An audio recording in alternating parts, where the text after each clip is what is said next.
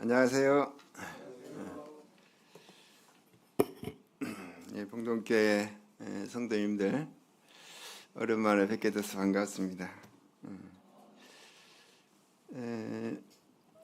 아마 군산교회에서 같이 이렇게 예배드리면서 섬기다가 또 여기서 또 뵙는 분들이 또 몇 분 계시네요. 그래서 아주 친근한 마음이 더 듭니다. 저는 고향이 전라남도 진도인데요. 그때 아마 진도는 아마 67, 8년도 그때쯤 아마 처음 개척이 됐습니다. 그래서 저는 70년도에 그때가 중학교 3학년 때였습니다. 그때 이렇게 이제 주님을 처음 알게 됐고 지금까지 주님의 은혜로 이렇게 한 50년이 넘게 이렇게 섬기고 있습니다. 그래서 참 저를 생각할 때도 참 뭐 은혜다 이렇게 말할 수밖에 없고, 그리고 제가 서울에서 한 10년 섬기다가 다시 이렇게 군산으로 왔는데, 당시 군산에는 제가 한 번도 이렇게 가보지도 않았고 보지도 않았고 어디가 있는지도 몰랐어요. 제가 그 서울에 있으면, 물론 이제 제가 구원받고 난 이후로 주님께서 나를 이렇게 복음 전하는 자로 세워주신다면 어디든지 가겠습니다 하는 그런 마음이 항상 간직해 있었습니다.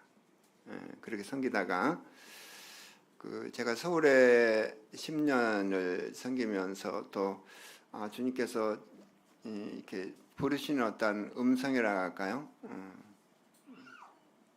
그런 마음이 있는데, 제가 어느 날 그 직장에서 버스를 타고 퇴근을 하고 있는데, 그 버스에서 나오는 그 라디오 음성이 있었어요. 아마 기사님이 크리스찬이었던 것 같아요. 그래서 극동방송이 나오는데 거기에서 그 흘러나오는 말씀이 학개서 1장 말씀을 강하게 말씀하셨어요. 이스라엘 바벨론 포로에서 돌아왔는데 아직도 성전은 이렇게 황폐해 있는데 너희 집 짓는 데만 이렇게 힘을 쓰냐, 이 판배간 집에 그 안에 그리 가냐. 그러니까 그 음성을 듣고 그냥 제가 어떤 뭐랄까 쨍하는 어떤 그런 마음, 가슴이 막 장난했어요. 왜냐하면 하나님께서 나를 사용하시면 언제든지 복음을 전하러 간다고 이렇게 그런 마음이 있었는데, 내가 서울에서 살면서 서울에서 내가 정착을 하고 싶은 그런 마음이 생기는 가운데 그 음성이 들렸어요. 그래서 주님, 그럼 제가 준비하겠습니다 이런 마음을 갖고, 그럼 어디로 갈까요? 막막하잖아요. 그래서 정했어요. 원칙을. 일단 모임이 없는 곳, 전혀 모임이 없는 곳. 그래서 이제 지도책을 갖고 딱 보니까 뭐 전라남도 이렇게 군사는 한 7, 8만, 아니 그때 당시 한 30만 가까이 되는데 그런 큰 도시에 모임이 없어요. 그래서 내가 여기로 가야 되겠다. 그리고 그냥 찍었어요. 그리고는 그냥 한번 군산 가봐야 되겠다. 그러고 열차를 타고 이렇게, 아마 버스를 타고 이렇게 군산을 가보니까 정말 뭐 한 번도 가보지 못한 그런 항구였고, 그때만 해도 아주 시절이 좀 허술했어요. 한 30년 전이니까. 그 주님께서 이곳에 보내시면 가겠습니다 하고 제가 이제 기도하는 가운데 딱 1년 후에 제가 김산을 위해서 1년 동안 계속 기도하고 내려왔습니다. 그래서 이제 여기까지 주님께서 이제 인도하셨는데, 은혜라고 볼 수밖에 없죠. 제가 또 군산에서 이렇게 지내면서, 아마 여기 봉동교회는 저쪽 옛날에 화산이었다고 했던가요? 화산, 거기 예식장인가 그때 생각이 납니다. 저도 열심히 그때 왔다 갔다 하고 우리 송영재님 수고 많이 하셨는데, 그래서 풍동교회도 점점 이렇게 또 발전해서 이렇게 멋진 예배당도 이렇게 갖추고 한 걸 봐서 참 감사가 되고요. 저도 저희 처음에 기존에 있었던 그 예배당이 아마 주인을 잘 만나서 그런지 주인이 그냥 그냥 이렇게 살도록 하셨어요. 그래서 잘 지내다가 이제 지난 3월 달에 저희가 예배당을 하나 이제 허수로만 어떤 그런 건물을 3층짜리 지하까지 합치면 4층입니다만은 그렇게 구입하게 됐어요. 저는 그 예배당 구입할 때 그래서 이렇게 예배당을 제가 몇 번 본 적이 어떤 적이 있었냐면, 일꾼이 나서 대부분이 일꾼은 예배당 하나 구입해야 되겠다, 이제 마련해야겠다 그런 마음이 다 있어요. 그런데 제가 서울에 있으면서 예배당을 엄청나게 크게 놓고 갈라지는 그런 교회들을 여러 번 봤어요. 지어놓으면 갈라지는 거예요. 왜 저럴까? 그건 아무런 의미가 없잖아요. 성도가 갈라진다고 하는 거는 힘을 합해도 쉽지 않은데, 그게 대부분이 이렇게 그 일꾼을 막 앞서서 막 그냥 지어야 된다 이렇게 하고 또 반대하는 사람이 있으면 이게 안 되는 거예요. 그래서 저는 그냥 예배당 짓는다 소리 꼭 안 하고 성도들이 위에서 나오기만을 적어도 30년 이상을 기다렸습니다. 오늘날 성도가 우리도 물론 그 전에 그런 예배당을 구해야 되겠다는 마음이 좀 보기도 하고 그랬었는데, 다무산되고 이제 이번에 건물이 이제 좀 저렴한 건물이 나서 한번 일을 추진하는 게 어떻겠습니까 하고 이야기하더라고요. 그래서 내심 바라는 마음으로 그렇게 하자. 그 성도들이 이제 그 바라는 마음이 있어서 같이 이렇게 동행해서 제가 지난 3월 말부터 계속 이제 건물을 이제 리모델링 다시 해야 되잖아요. 그래서 하루도 빠지지 않고 거기를 이제 출근하는데 딱 한 번 빠졌어요. 여기 선교사 파송하는 그날 빠고는 나머지는 날마다 출근해서 지금까지 이렇게 일하는데, 아무래도 이제 예배당 구입하고 어쩌고 하면 돈이 이제 부족하잖아요. 그래서 업자한테 맡기다 보니 맡기려고 하니까 돈이 너무 많이 들어서 형제들이 그냥 시간 나는 대로 와서 해서, 그러니까 지금 아직도 다 미완성입니다. 그래서 지금 아마 다음 주쯤에는 우리가 일단 이사해 놓고 보자 하는 마음으로 준비를 하고 있습니다. 아마 이렇게 좋지는 않습니다만 그래도 저희 수준에서는 또 깔끔하게 이렇게 하자 하는 마음으로 지금 하고 있습니다. 기도해 주시기 바랍니다.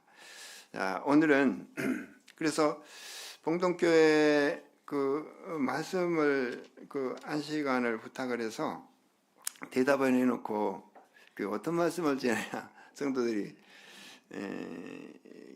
성도들에게 필요한 말씀이 될까 하는 마음을 갖다가 제가 여호수아서 1장을 보게 됐습니다. 자, 성경 여호수아서 1장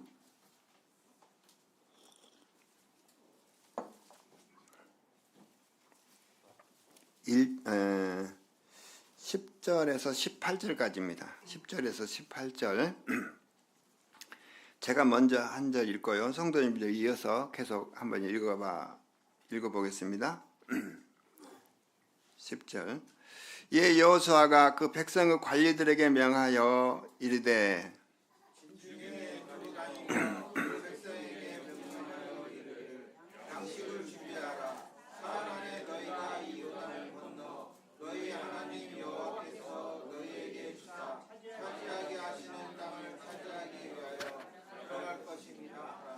여호수아가 또 루벤 지파와 갓 지파와 므낫세 반 지파에게 말하여 이르되 여호와의 종 모세가 너희에게 명령하여 이르되 너희의 하나님 여호와께서 너희에게 안식을 주시며 이 땅을 너희에게 주시리라 하였나니 너희는 그 말을 기억하라. 너희 차자와 가축은 모세가 너희에게 준 요단 이쪽 땅에 머무르려니와 너희 모든 용사들은 무장하고 너희 형제보다 앞서 건너가서 그들을 돕되 여호와께서 너희를 안식하게 하신 것 같이 너희의 형제도 안식하며 그들도 너희 하나님 여호와께서 주시는 그 땅을 차지할 까닭을 하라.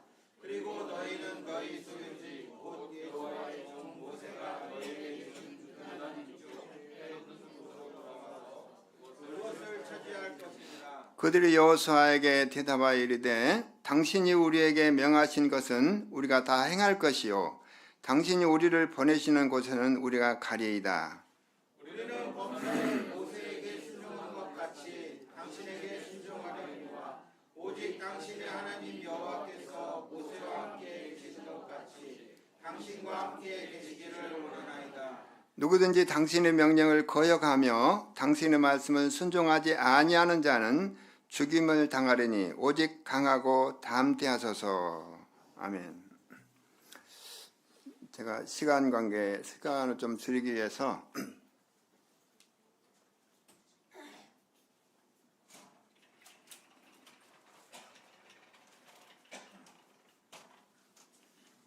미리 이렇게 좀 그림을 좀 그리고 적어놨습니다. 제목을 일상의 원리로 섬기라고 하는 것이 제목이고요.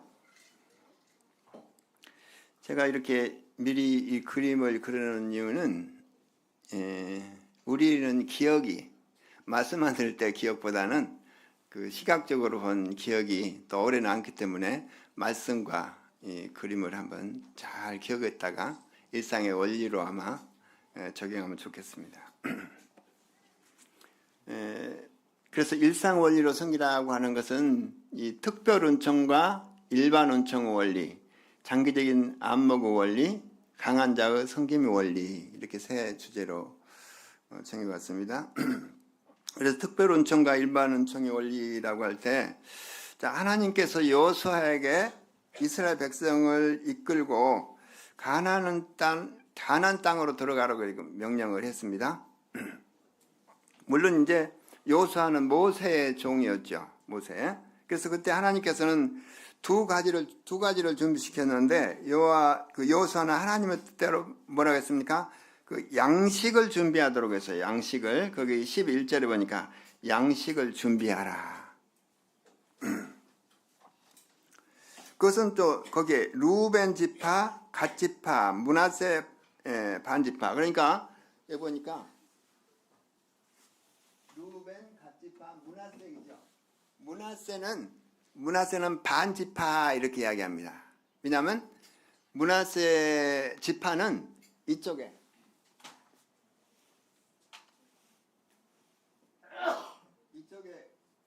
다시 지파가 있었어요. 그쪽에. 그러니까 절반만 그렇게 해서 그래서 므낫세 반 지파 이렇게 이야기합니다. 자, 하나님께서 약속하신 땅은 어디예요? 가나안 땅이었어요. 가나안 동쪽은 약속하신 땅이 아니죠. 지금으로 말하자면 요르단이라고 하죠. 요르단. 그래서 가나안이 아닌 요단 동편에 이제 머물렀다가 그 땅을 이제 차지하려고 한다고 하는 거예요. 그 전에 바로 루벤 지파와 갓 지파, 므낫세 반 지파의 모든 용사들은 요단 서편 가나안 정복에 너희들은 그러면 선봉에 서라. 너희가 거기에 머무르면 끝나는 것이 아니라 이스라엘 백성들이 가나안을 정복하는데 너희들도 같이 그러면 해라 하는 거죠. 같이 협력해서 싸워야 되지 않겠느냐 하고 이제 여호수아가 이제 명령을 내린 거죠. 하나님의 주신 명령에는 어떻습니까? 모든 명령보다 하나님의 원리가 항상 숨겨져 있죠. 하나님의 원리를 제대로 붙들면 우리의 승리가 바로 계속 지속적인 승리를 이렇게 맛볼 수 있는데 이 두 가지의 명령에서 우리는 어때요? 삶을 점검해 볼 수 있는 몇 가지 원리를 발견할 수 있는데 지금 10절과 11절에 이에 여호수아가 백성의 유사들에게 명하여 가로되 진중에 두루다니며 백성에게 명하여 이르기를 양식을 준비하라.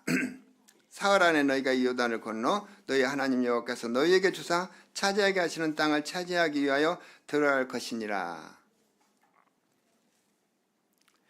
자, 거기에 양식을 준비하라고 하는 명령으로 알 수 있는 것은 무엇입니까? 이 두 지파와 반 요단 동편에 머무를 동안에 그 땅에서 먹을 것을 구할 수 있는 상황이었다고 하는 것을 우리가 짐작해 볼 수 있는데, 자, 그 5장을 한번 보고 5장 12절을 한번 보겠습니다. 5장 12절 요수아 5장 12절 보니까 또 그 땅의 소산물을 먹은 다음 날에 만나가 그쳤으니 이스라엘 사람들이 다시는 만나를 얻지 못하였고 그해 가나안 땅의 소출을 먹었더라.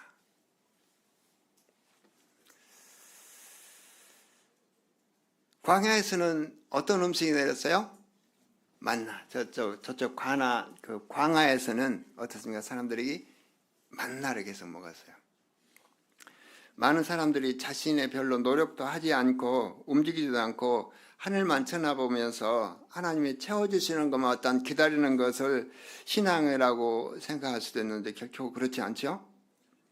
하나님께서는 우리에게 믿음을 주시고 기회를 주시고 철저히 준비하시고 그 가운데 인도하시는 대로 나아가는 것이 바로 신앙의 원리라고 하는 것입니다.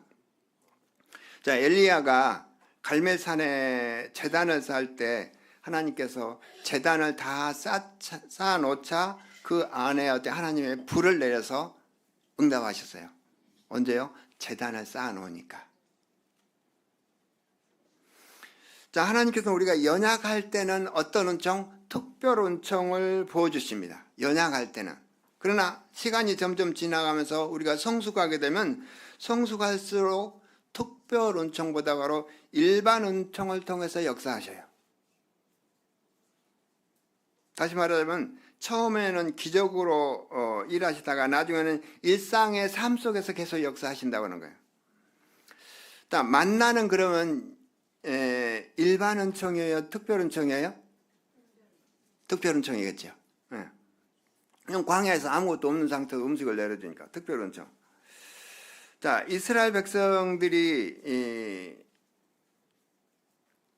가나안에서 농사를 이렇게 짓게 될 때 이미 끝쳤다 그랬어요. 우리가 사도행전을 보면 사도행전 초반에는 어떤 기적이 막 나오죠.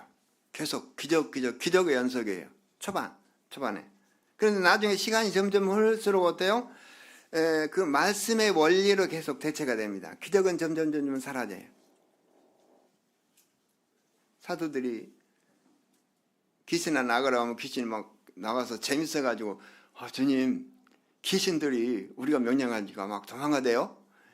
그러지 말고 그렇다마는 너희 이름이 하늘에 기록된 것으로 네가 기뻐해. 그런 것은 기뻐할 일이 아니야. 이렇게 말씀하신 거예요. 점점 나중에 어떻게 바울 같은 경우 심지어 바울의 그 앞치마 손수건만 갖다 대도 병이 나와버렸어요. 그렇게 능력이 이었어요. 나중에 디모데나 이런 병이 나도 그 포도주 좀 써라 이렇게 하면서 그 일상의 원리로 이렇게 섬기도록 하잖아요. 점점 말씀의 원리로 가는 거예요. 이게 바로 신앙생활에 우리가 중요한 원리 중이라고 하는 원리 중에 하나라는 것을 우리는 잊으면 안 됩니다. 그래서 계속 우리가 계속 기적만 바라보면 물론 그 기적이 일어날 수도 있는데 계속 기적만 생각한다면 어떤 그건 성숙한 믿음이라고 볼 수 없어요. 성숙한 믿음이라고 하는 것은 점점 우리가 말씀의 원리로 돌아가야 된다는 거예요. 예를 들어서 되게 이제 예수님 믿고 아니면 초등학생이라든가 이렇게 학생들이 하나님 이번에 그냥 비를 내려주세요 한다면 갑자기 비를 내려준다든가 그런 아마 간증들 들어봤을 거예요. 또 그냥 그냥 돈이 부족한데 하나님 좀 돈 주세요. 돈을 누가 정확하게 줬다는 그런 간증도 들어봤을 거예요. 그런데 누구는 저렇게 기도가 응답되는데 나는 안 되지? 이렇게 생각할 수도 있죠. 한 10년을 섬겼는데 왜 나는 저런 일이 없을까? 그건 당연한 일인 것입니다. 그러니까 10년이나 섬겼으면 이제는 하나님께서 일상 원리대로 우리에게 축복하시는 거예요. 일상의 원리대로. 예. 일상의 삶을 통해서 하나님의 원리대로 이제 가는 것이 하나님의 뜻이라고 하는 거죠. 그래서 우리가 일상 원리를 통해서 하나님의 감사될 수 있다고 하는 것은 어떤 일종의 테스트라고 볼 수 있는데, 여러분 그러면 계속 특별 은총을 받기를 원하십니까? 일반 은총을 받기를 원하십니까? 특별 은총은 계속 만나가 계속 떨어져요. 물론 그런 마음은 없잖아, 있긴 하죠. 그러나 만나는 끝인다고 하는 거예요. 왜냐하면 가나안에서는 그냥 되는 것이 아니라 농사를 지었을 때 이게 수고로 먹는 거예요. 그래서 이제 가나안 땅에 들어가서 이제 그 농사를 지어서 먹는다고 하는 것은 그것이 이제 믿음과 감사. 하나님께서 역사하시는 일반의 역사를 통해서 역사하시는 그걸 통해서 감사를 통해서 이제 성숙해지는 거죠. 이스라엘 백성들이 그 많은 기적과 이적들이 광야에서 내렸지만 감사가 많아요. 성경에 불평이 많아요. 그래서 불평이요, 불평. 특별 은총은 계속 내릴 때마다 계속 어때요? 그것이 감사가, 처음에는 감사가 되죠. 그런데 그렇지 않습니다.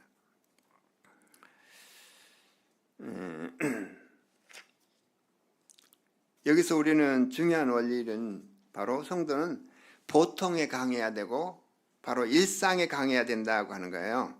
일상에 강하도록 일상의 순종을 원하시는 하나님께서 바로 특별한 은혜를 계속 부어주신다.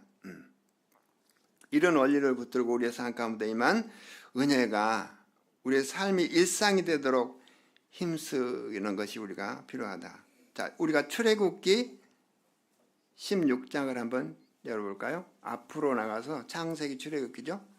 창세기 출애굽기 16장 31절에 한번 보겠습니다. 거기 보니까 창세기 출애굽기 16장 31절에 이스라엘 족속이 그 이름을 만나라 했으며 가시같이 희고 맛은 꿀 섞은 과자 같더라. 만나 맛이 어떻다고요? 꿀 섞은 과자.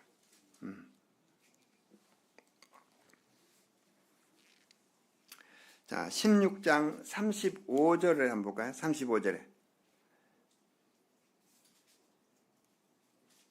사람이 사는 땅에 이르기까지 이스라엘 자손이 40년 동안 만나를 먹었으니 곧 가나안 땅 접경에 이르기까지 그들이 만나를 먹었더라. 몇 년 동안요?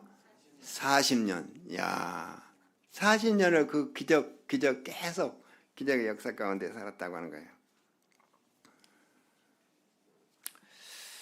자, 다시 우리가 민수기 11장을 한번 보도록 하겠습니다. 레위기 민수기죠. 민수기 11장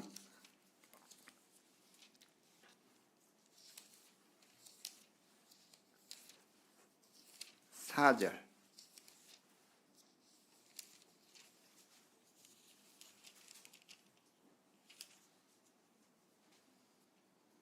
사절부터 보니까 그 중에 섞여 사는 다른 인종들이 탐욕을 품으며 이스라엘 자손도 다시 울며 이르되 누가 우리에게 고기를 주어 먹게 하랴?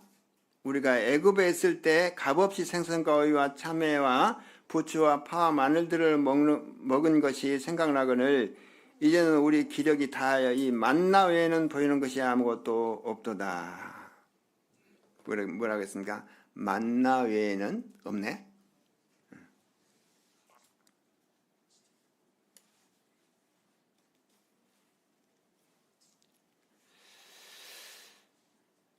평범함의 은총이 뭔가 희소성이 있고 특별해야 되는 것이 아니라 가장 익숙하고 가까이 있으며 그 가치를 알지 못하지만 오늘도 한없이 누리고 있는 평범한 오히려 그러한 것들이 가장 소중할 수 있다고 하는 사실을 우리는 알아야 됩니다. 여러분이 지금 평범하다고 생각하면 별로 재미가 없는 이게 아니라 가장 누리고 있는 상태라고 하는 거예요. 이스라엘 백성이 음식이 떨어져서 그 광야에서 떨어졌을 때 이제 또 물도 떨어지니까 계속 막 불평이 나오죠. 그래서 하나님께서 하늘에 만나를 아침마다 계속 내려주셨죠. 아침마다 여러분 지금은 아마 만나 내려도 들수로 갈 사람이 별미로는 한번 먹을까 아마 더 맛있는 게 많아서 안 먹을 수도 있어요. 제가 옛날 국민학교 다닐 때만 해도 동요에 어떤 동요가 있었냐면 펄펄 눈이 옵니다. 하늘에서 눈이 옵니다. 하얀 가루 떡가루를 자꾸 뿌려줍니다. 떡가루로 인생했어요. 그때는 어때요? 내가 그 동요를 생각할 때 떡가루 항상 먹는 것이 그때는 새끼를 배고프지 않고 먹는 것이 최고였어요. 그러니까 아마 그런 동요도 나왔겠죠. 지금은 그런 동요를 부를까요? 떡가루를 내리기를 원하지 않을까요? 아마 진주가 내리고 원하는가 뭔가 다이아몬드가 내리고 원하는 완전히 다르죠. 자, 아침마다 갑자기 내리는 만나 산호성을 들고 난리 났겠죠. 이야, 전혀 수고도 없고 수고할 필요 없이 그냥 주스다가 갔다가 그냥 가루를 빻아서 막 떡도 먹고 쪄먹고 막 지져먹고 볶아먹고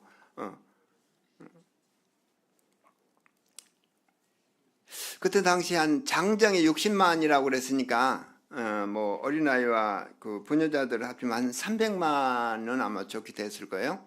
300만의 그 인구가 계속 40년 동안 그걸 먹었다고 하는 건 대단합니다. 그러니까 마치 모양은 가시 같고 꿀 섞은 과자. 여러분 오늘날 여러분이 꿀 섞은 과자는 어떤 맛일까? 가만히 생각해보니까 꿀까베기더라고. 꿀까베기 먹어보니까 이게 만나고 이 맛이었을까? 꿀까베기 한번 먹어보세요. 이 만나가 이 맛이었는가? 아무 노력 없이 그냥 희생의 대가 없이 그냥 내려졌어요. 이건 너무나 이스라엘 백성들은 환호할 일이죠.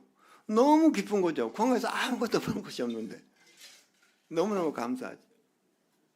그런데 중요한 것은 값없이 매일 공급됐다는 것은 매일 공급됐어요. 그런데 매일 공급됐는데 뭐라고 했어요? 만나 외에는 만나 쪼가리밖에 이렇게 변하더라고 하는 거예요. 아마요 하나님께서 날마다 내려주지 않고 어떤 날은 내려주고 어떤 날은 안 내려주고 한 3, 4일 있다가 내려주고 어떤 날은 안 내려주고 그랬으면 더 감사가 있을 거예요. 하나님 오늘 꼭 만나 내려주셔야 합니다. 막 이렇게 기도했을 거예요. 그럼 만나 내렸으면 사람들한테 막 그냥 뭐 소리도 치고 광고에서 동네방네 다 해서 만나 내렸어 빨리 가자 알고 막 했을 거예요. 그럼 날마다 내리니까 그 감사가 사라져 버렸어요. 계속 불평해요. 왜 그랬을까요? 하나님께서 부으시는 그 특별한 은총도 그걸 감사로 여기지 않으면 계속 어때요? 불평으로 나오더라고 하는 거예요. 만약에 하나님께서 만나를 내주지 않고 오늘은 뭐 배추, 내일은 뭐 무, 그 다음 날은 뭐 당근 계속 이것저것 계속 따로따로 그거 광에서 어떻게 다 요리해서 먹기 쉽지도 않죠. 우리가 막 어려서 막 그런 생각이 들어요. 우주인들은 어떤 음식을 먹을까? 하나만 알약 딱 먹으면 오래오래 그냥 한 달, 두 달 있는 그런 음식도 이때 막 그런 말. 여러분, 만나는요. 만나만 먹었어도 뭐 이스라엘 사람들이 영양이 부족했다는 말이 없잖아요, 성경에. 그럼 만나에는 어때요? 완전 종합 영양제 세트가 아마 들어가서 그것만 먹으면 그냥 뭐 여자분들 뭐 다이어트 안 해도 아마 그럴 가능성이 많잖아요. 주님이 뭐 그 만나를 그냥 뭐 골고루 이렇게 모든 영양을 갖춰서 먹을 수 있도록 했을 거 아니에요? 그러니까 감사한 거지. 근데 나중에는 만나 쪼가리.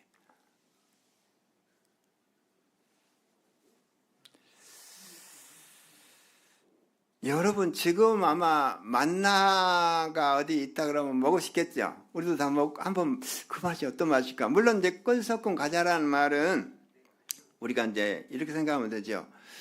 일상의 가장 맛있는 맛을 의미하는 의미로 그렇게 표현한 거예요. 우리도 그렇잖아요. 가장 맛있는 맛을 뭐라고 표현하냐? 이야, 꿀맛까지. 꿀맛이다 그랬잖아요. 꿀맛. 그런 의미로 생각합니다. 그런 의미로. 너무너무 맛있다고 하는 그런 어떤 표현이겠죠. 그 만나는 아브라함도 이삭도 야곱도 솔로몬도 먹어보지 못했어요. 신약의 우리 성도들도 사도 바울도 12제자도 먹어보지 못했어요. 아무도 먹어보지 못했어요. 자, 날마다 내렸던 그 만나의 축복을 그들은 어때요? 결국은 불평으로 끝나더라고 하는 거예요. 하찮은 만나가 됐다고 하는 거예요. 제가 읽기만 하겠습니다. 신명기 8장 16절에 보니까 만나를 주신 이유를 기록해놨어요. 신명기 8장 16절입니다. 내 조상들도 알지 못하던 만나를 광야에서 내게 먹이셨나니 이는 너를 낮추시며 너를 시험하사 마침내 내게 복을 주려 하심이라 라고 말씀해요. 그러니까 만나를 주신 목적은 너를 낮추게. 하나님께서 공급하셨어. 그러고 나를 낮춰야 돼. 그렇지. 내 노력도 없이 주네. 그리고 낮추기 위해서 주셨다고 하는 거예요. 그 시험하기 위해서. 그것도 복을 주셨다. 그러니까 그것을 계속 우리는 감사로 여겨야 되는데 그 시험에 어때요? 오히려 이스라엘 백성들이 불평으로 이어져서 문제가 됐다고 하는 거예요. 전혀 수고도 없이 하나님의 그 내릴 때마다 주을 때마다 계속 감사로 이어지는데 그리고 더 겸손해야 되는데 겸손해지지 않고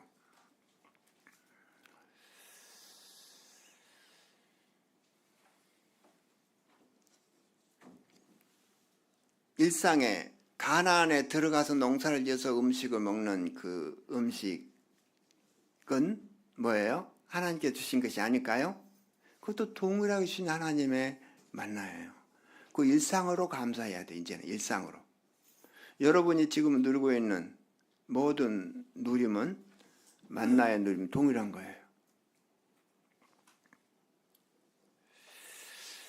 자, 그러면 그 만나를 먹기를 원하지만 우리는 만나가 없잖아요.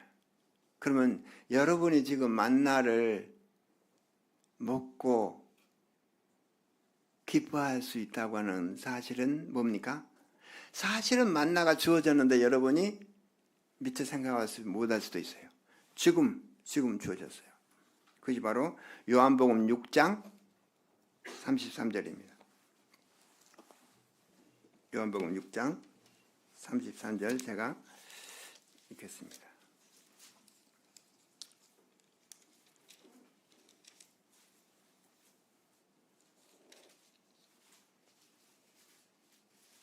요한복음 6장 33절을 보니까 32절부터 보겠습니다. 예수께서 이르실 때 내가 진실로 너에게 이르노니 모세가 너에게 하늘로부터 떡을 준 것이 아니라 내 아버지께서 너에게 하늘로부터 참떡을 주시나니 하나님의 떡은 하늘에서 내려 세상에 생명을 주는 것이니라. 그들이 이르되 주여 이 떡을 항상 우리에게 주소서. 35절 예수께서 이르실 때 나는 생명의 떡이니 내게 오는 자는 결코 주르지 아니할 터요 나를 믿는 자는 영원히 목마르지 아니하리라. 아멘.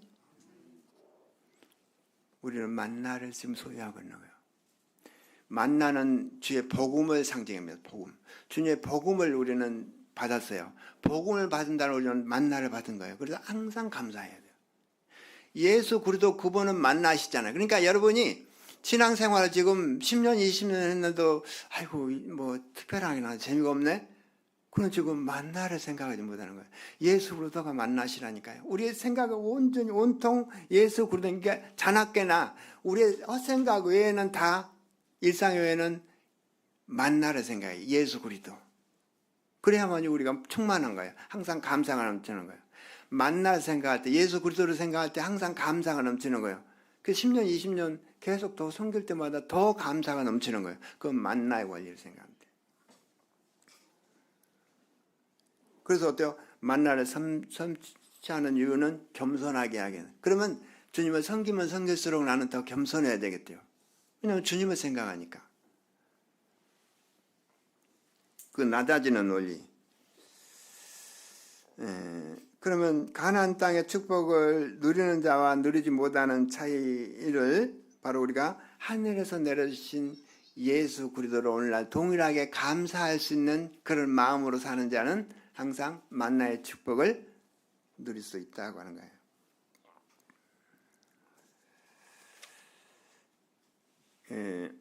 그 유행가 노래 가운데 참 마음에 와닿는 그런 내용이 있었어요. 유대한 약속이라고 하는 이 가사인데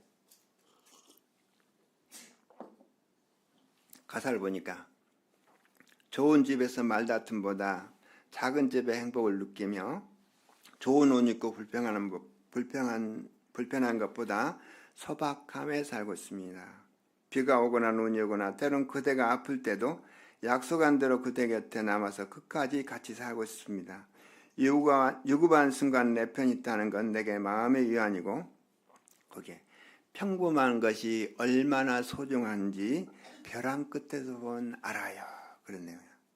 평범한 것이 얼마나 소중한 것이 어디서? 벼랑 끝에서 보면. 그렇잖아요.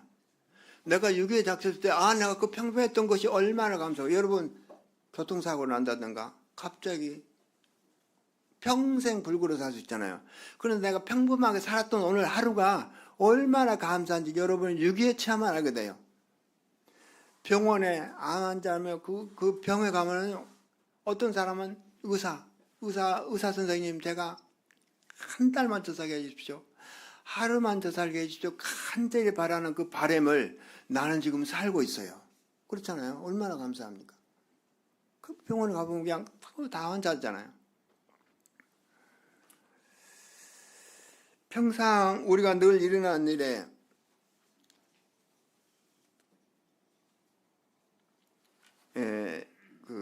뭡니까? 예를 들어서 우리가 지난 거의 3년 동안 코로나로 인해서 예배를 제대로 못 드렸잖아요. 물론 여기는 어땠는가 모르겠어요. 시골이니까 어땠는지 모르겠어요. 저희는 군산에서 시청 직원이 딱 나와요. 나가서 감시를 하는 거예요. 몇 명 들어가야 체크하고 4명 이상 못 드려요.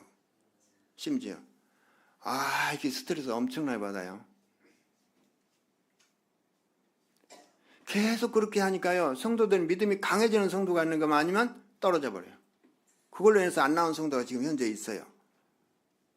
안 나오다 보니까 점점 신앙도 습관인데 예배를 계속 안 드리다 보면요. 처음에는 안 드리는 것이 막 그냥 옛날에 여러분 뭐 초등학교 다닐 때 어쩌다 결석 한번 하면 내 옆에 누가 앉았을까 내 자리에 누가 앉았어 막 그런 생각도 들고 그러잖아요. 예배 한 번 안 드리고 2번 안 드리고 그러면 이거 편하네. 유튜브가 더 좋네.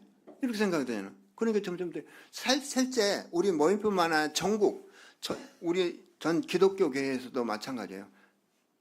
거의 절반 이상 떨어져 버렸어요. 정도가. 이게 신앙이에요. 이게 조그만 불편한 신앙. 실제 공산주의자들이 와서 이게 통제하고 감시해보면 어때요? 제대로 신앙생활 사는 사람 몇 명이나 남을지 모르요. 의심스러워요. 그런데 여러분 계속 그렇게 할 수 있을 것 같아요? 그러면 일상에 여러분이 오늘 예배 드리는 걸 너무 감사한 거예요. 3년 동안 경험해 왔잖아요.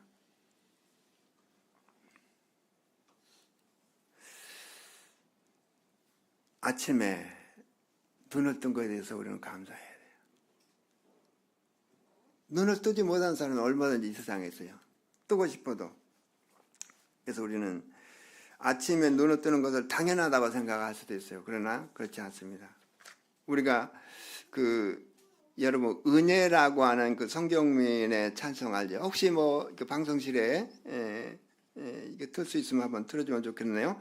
내가 누려왔던 모든 것들이, 내가 지나왔던 모든 시간이, 내가 걸어왔던 모든 순간이 당연한 것이 아니라 은혜였어.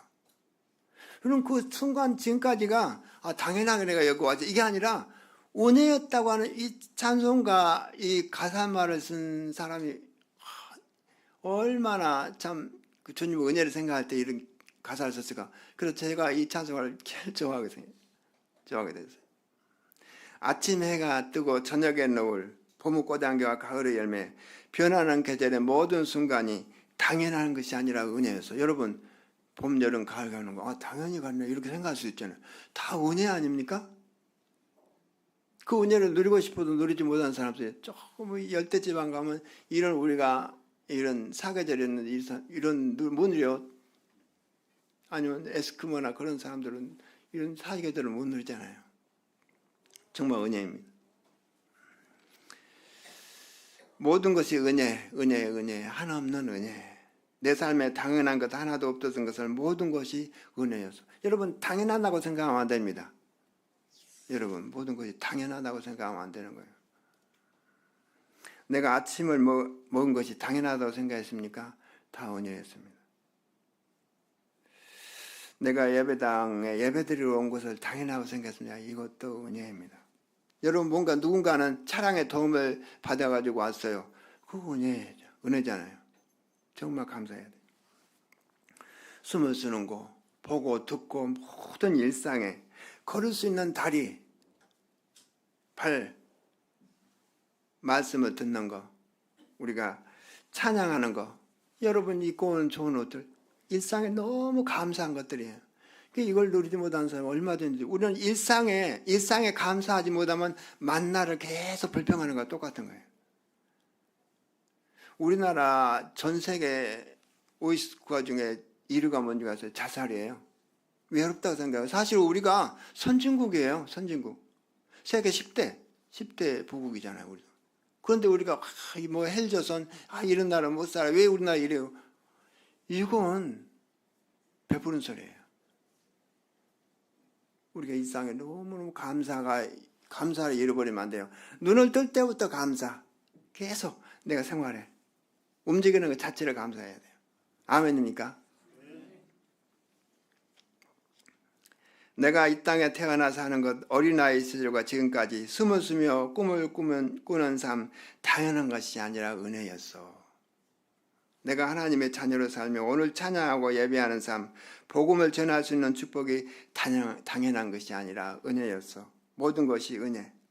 내 삶에 당연한 것 하나도 없었던 것을 모든 것이 은혜. 계속 은혜를 이야기해야 되는. 그 은혜는 은혜 가운데 그 은혜를 우리가 있으면서도 누리지 못하는, 그러면 안 되겠죠.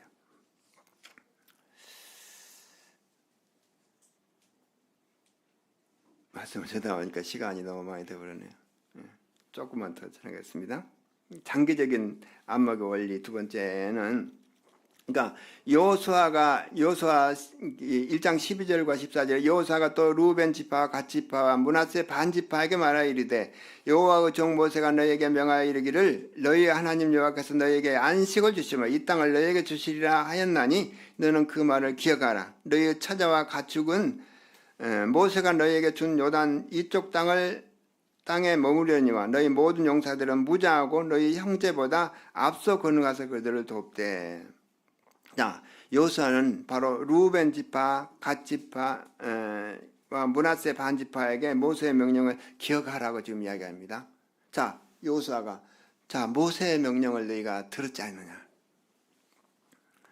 모세는 가나안 정복을 결국은 보지 못하고 이제 죽게 됐고, 그래서 지금 루벤 지파와 갓 지파가 이제 모세에게 간청을 했어요. 그들이 요단 바로 동쪽을 보니까 처지가 너무 좋은 거예요. 왜냐하면 루벤 지파, 갓 지파에게는 가축들이 아주 많았어요. 그러니까 가축을 먹을 수 있는 모든 조건이 다 되잖아요. 그래서 우리는 여기 좀 땅을 주십시오. 그러니까 하나님께서 원하셨던 것은 이 가나안 땅이었는데 동쪽을 계속 조르니까 그래, 그 대신 너희들도 같이 싸워야 된다 하고 조건을 걸었어요.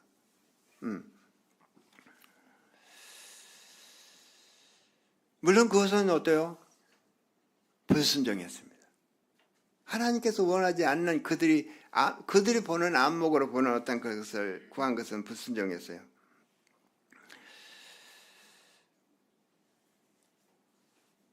결국은 나중에 우리가 역대상 5장 6절에 보니까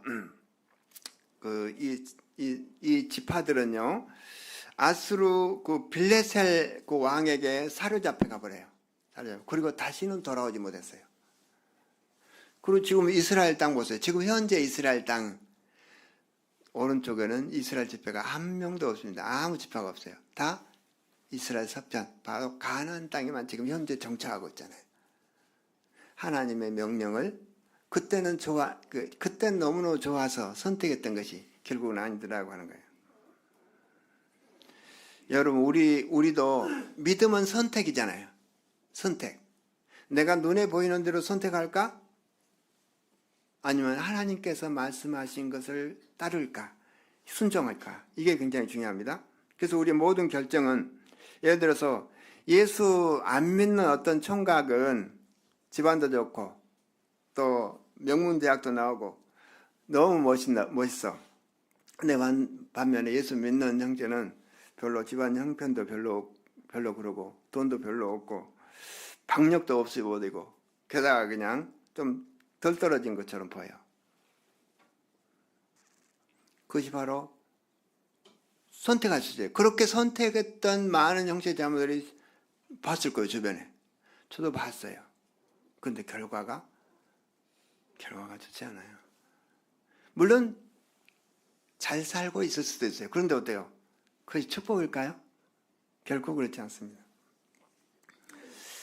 하나님 앞에서 우리가 올바른 결정, 우리가 고린도후서 5장 7절 보니까 우리가 믿음으로 행하고 보는 것으로 행하지 아니하며다. 믿음으로 우리는 행하고 보는 것으로 보는 거예요. 우리가 보는 대로 행하다가 내 육신의 이익을 원하는 대로만 하다 보면 뭐죠? 결국은 당장에 내가 지금 좋아 보이지만 결국은 좋지 않더라고요.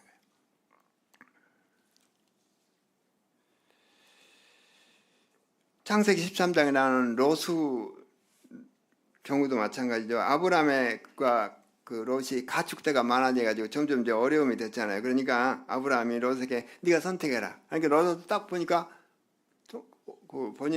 그 요단 평지를 보니까 뭐 소돔과 고모라가 너무너무 그냥 그 도시였고 멋있는 땅이었고 거기 가면 잘 살 수 있을 거 그것을 선택했잖아요. 그래서 나중에 어떻게 되죠? 그거 불비가 내렸어요. 소돔과 고모라에. 그래서 우리는 아브라함의 길을 갈 것인가 롯의 길을 갈 것인가, 우리는 약속에 이념할 필요가 있다. 함께 믿음 생활하다가 정말 세상으로 간 형제자매들이 여러 명 봤어요. 사실은 저를 그리스도인이 될 수 있도록 저를 인도했던 그 형제님도 세상으로 가버렸어요. 저를 말씀으로 먹어줬던 그 형제도 세상으로 가버렸어요. 좀 너무나 슬픈 일이잖아요. 그 일꾼들도 때때로는 그렇게 되더라고. 왜? 어떤 형제님은 그때만 해도 70년 초만 해도 어떻게 가르치냐, 다 하나님이 다 먹으셔.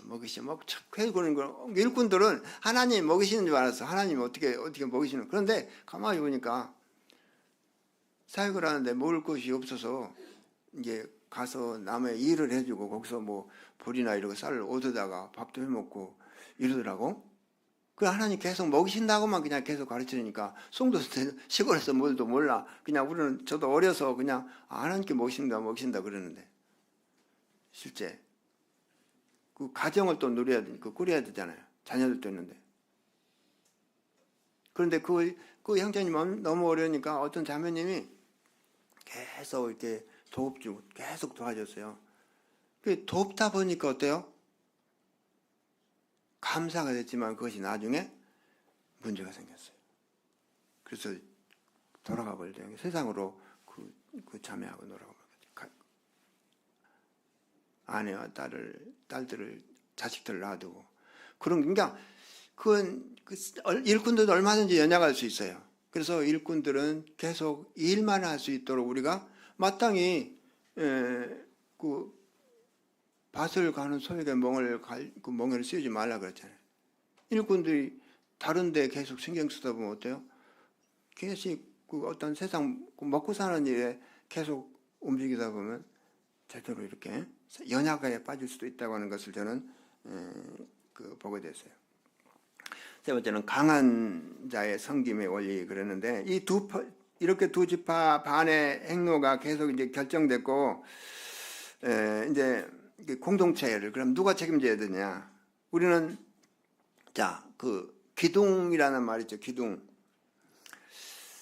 그래서 우리가 때때로는 저 형제는 참 기둥 같은 존재야. 기둥같이 여긴다. 기둥의 의미는 그냥 기둥만 덩그러니 세워주면 아무 의미가 없죠. 기둥을 받치고 있는 저 연결고리들 보세요. 벽이며 거기에 콘크리트로 들어가고 뭐 이제 더 많은 자재로 이래서 딱 버티고 있으면 어때요? 이 건물이 무너지지 않고 이렇게 돼서 이 기둥 때문에 그렇잖아요. 그래서 우리가 저 형제는 참 기둥 같아 이런 말을 쓰는 거죠. 그래서 하나님께서는 반드시 교회 안에 기둥 같은 성도들이 반드시 있습니다. 그렇죠? 아마 봉동교회 성도들도 기둥 같은 성도들이 있을 거예요. 없으면 안 될 만큼. 그래도 물론 뭐 없은다고 만드는 건 아니지만 그래도 그래도 형제가 주님을 위해서 이렇게 참 힘쓰네. 성도들이 다 그런 어떤 마음으로 섬겨야 되겠죠. 그래서 기둥 같다고 하는 의미는 결국은 섬김이라고 하는 거예요. 섬김. 다른 거 아니에요. 어떻게 섬기냐. 내가 성도를 섬기냐, 교회를 섬기냐 하는 거예요. 그래서 여러분, 뭐 나는 힘이 없어. 그게 아니라 어떤 필요로든지 우리가 섬김이 필요한 거죠. 항상 섬김의 선봉. 그래서 이 세 지파, 두 지파와 반 지파는 먼저 가서 이렇게 섬기게 됐죠. 물론 나중에 처음에는 이렇게 섬기다가 나중에는 그냥 그 섬김도 시들해졌어요. 나중에 이 지파들도 결국은 어때요? 마음만 있다가 나중에 점점점 일상이 되면 그 어려워지죠. 그래서 우리가 주님을 섬길 때는 내가 작은 일에도 내가 할 수 있는 일이 뭔가 하고 이렇게 섬김이 필요한 거죠. 그래서 저희들도 그 예배당을 지금 이제 지금 리모델링을 하고 있는데 이제 뭐 형제들이 자기 일을 하면서 시간 나눠서 짬짬하니까 이제 이게 좀 더뎌지기는 해요. 그래서 지금 이제 여기까지 다 섬김을 통해서 이렇게 돼서 어쨌든 간에 지금 감사가 됩니다. 유효 수요 이론이라는 어떤 그런 말이 있는데 유효 수요 이론이라는 말은 뭐냐면 쉽게 말하면 경제가 발전하려면 나 혼자만 잘 살면 안 된다는 말이에요. 나 혼자만 잘 살면 안 된다. 왜냐하면 실제 내가 예를 들어서 무엇을 막 부자가 돼서 생산력을 막 생산한다 그러면 어떤 사주는 사람이 있어야 될 거 아니에요. 다 가난하면 내가 뭐 만들어 놓고 사주는 사람이 없으면 내가 안 되는 거죠. 뭐 예를 들어 그런 원리죠. 그래서 수요 이론이라고 해요. 유효 수요 이론이니까 같이 잘 살아야 된다는 말이에요. 부자와 가난한 자가 격차가 심한 나라에서는 어때요? 부자가 자기 부를 마음대로 누릴 수 있을까요? 없습니다. 곳곳에 내 무엇을 안 뺏어가 나오고 경호원들을 막 세우고 체험에 문단속을 잘하고 CCTV 들고 막 철저하게 막 방탄을 하고 막 그렇게 살아야 돼요. 왜냐하면 내 것을 뺏어가니까 가난한 자가 있으면. 그런데 같이 잘 살면 어때요? 다 잘 사는 거죠. 그런 원리예요. 공생의 원리. 자, 1차 세계대전이 끝나고 독일이 패망했어요. 그러니까 독일에다 엄청난 전쟁 배상금을 내려버렸어요. 그러니까 막 이게 뭐 도저히 갚기가 쉽지 않은 거예요. 독일 사람들 막 그냥 이게 전략하는 거 막 많이 우리가 배웠죠. 근데 이 히틀러가 딱 나타났어요. 야, 우리가 안 되겠어. 우리 다 안 되겠어. 우리가 다시 한번 전쟁 일으켜. 그리고 전쟁을 그냥 다시 일으켜버렸죠. 그게 2차 대전이잖아요. 그런데 그 이후로 2차 대전이 끝나고 독일이 패망하고 일본도 이제 망한 다음에 그 마샬 플랜 일본 경제부흥이라는 말이 있는데 그 말이 무슨 말이냐면 유효 수요 이론이 다시 적용되기 시작했어요. 그렇게 철저하게 그냥 근데 이제 너는 다시는 전쟁 못해 그러고 주저앉힌 게 아니라 다시 경제를 일으키도록 계속 했다니까 독일과 일본에 계속 그 미국이 어때요? 경제를 살려주니까 어때요? 같이 살사니까 지금 어때요? 같은 우군이 돼서 지금 전 세계를 지배하잖아요. 우리도 마찬가지예요. 우리 사실 어떻게 보면 우리나라 50년대, 60년 전에 우리도 그런 시장, 우리가 얼마나 전쟁 피해로 어려웠습니까? 6.25 난 이후로. 그래서 우리가 미국의 많은 원조를 받고 우리가 점점 경제가 발전, 우리가 미국의 파트너가 지금 돼버렸잖아요. 전 세계 10대 강국으로. 그러니까 그것이 바로 어쩌면 같이 잘 살아야 된다는 거예요. 넌 전쟁했으니까 안 되거라고 게 아니야. 그런 게 아니라. 우리 삶에도 이거 적용되는 거죠. 우리가 혼자 잘 사는 게 혼자 잘 쓰는 것이 아니라 어디요? 성도들이 잘 섬길 수 있도록, 성도들이 잘 함께 섬길 수 있도록 계속 돕는 일을 같이 해야만이 발전하는 거죠. 풍덕교회 아마 그러라고 봅니다만은. 그래서 섬김이라고 하는 걸 잊으면 안 돼요. 그것이 바로 섬김이에요.